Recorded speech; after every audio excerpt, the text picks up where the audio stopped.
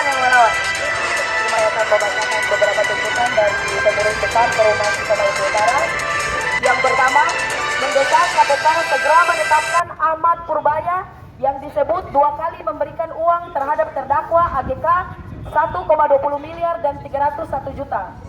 Yang kedua, mendesak KPK segera menetapkan Jamaluddin Hua sebagai tersangka yang memberikan uang terhadap terdakwa senilai 1 miliar.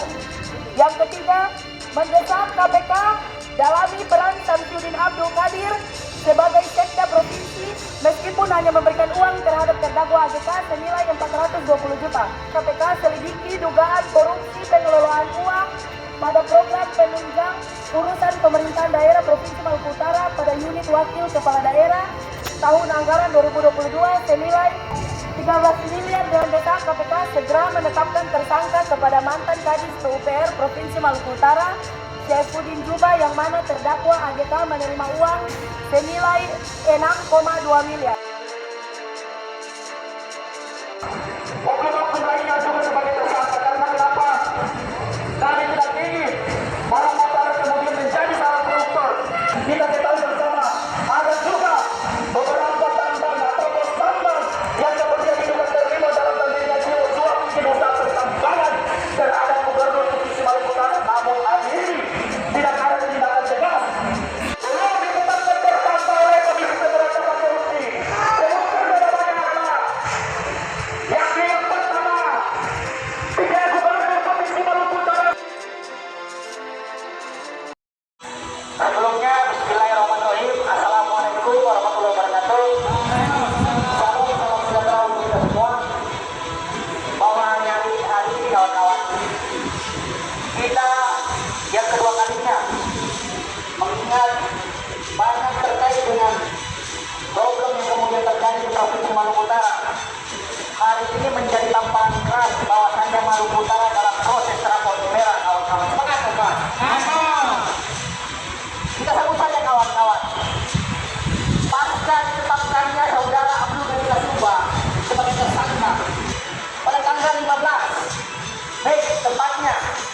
Kemudian sidang dakwaan Komisi Pemberantasan Korupsi telah berlangsung di Kota Ternate, kawan-kawan sekalian. Terdakwa menerima suap dari beberapa mantan atau beberapa pejabat yang kemudian ada di Provinsi Maluku Utara, kawan-kawan. Kedua, kawan-kawan, kita mempertanyakan tentang peran saksi atas proses pengembangan kasus yang kemudian hari ini kita tahu bahwa sektor Provinsi Maluku Utara siapa Samsudin akan ini sendiri, kawan-kawan, yang kemudian diangkat sebagai PJ Gubernur Provinsi Maluku Utara, kawan-kawan. Dalam penyebutan dakwaan juga kemudian memberikan sejumlah uang kurang lebih 400 juta lebih, kawan-kawan. Kita tahu benar bahwa substansi dari kebijakan dalam hal memerangi tindak pidana korupsi, kawan-kawan, ada 3 aspek yang harus dilaksanakan oleh lembaga yang kita kenal dengan lembaga extraordinary lain, kawan-kawan.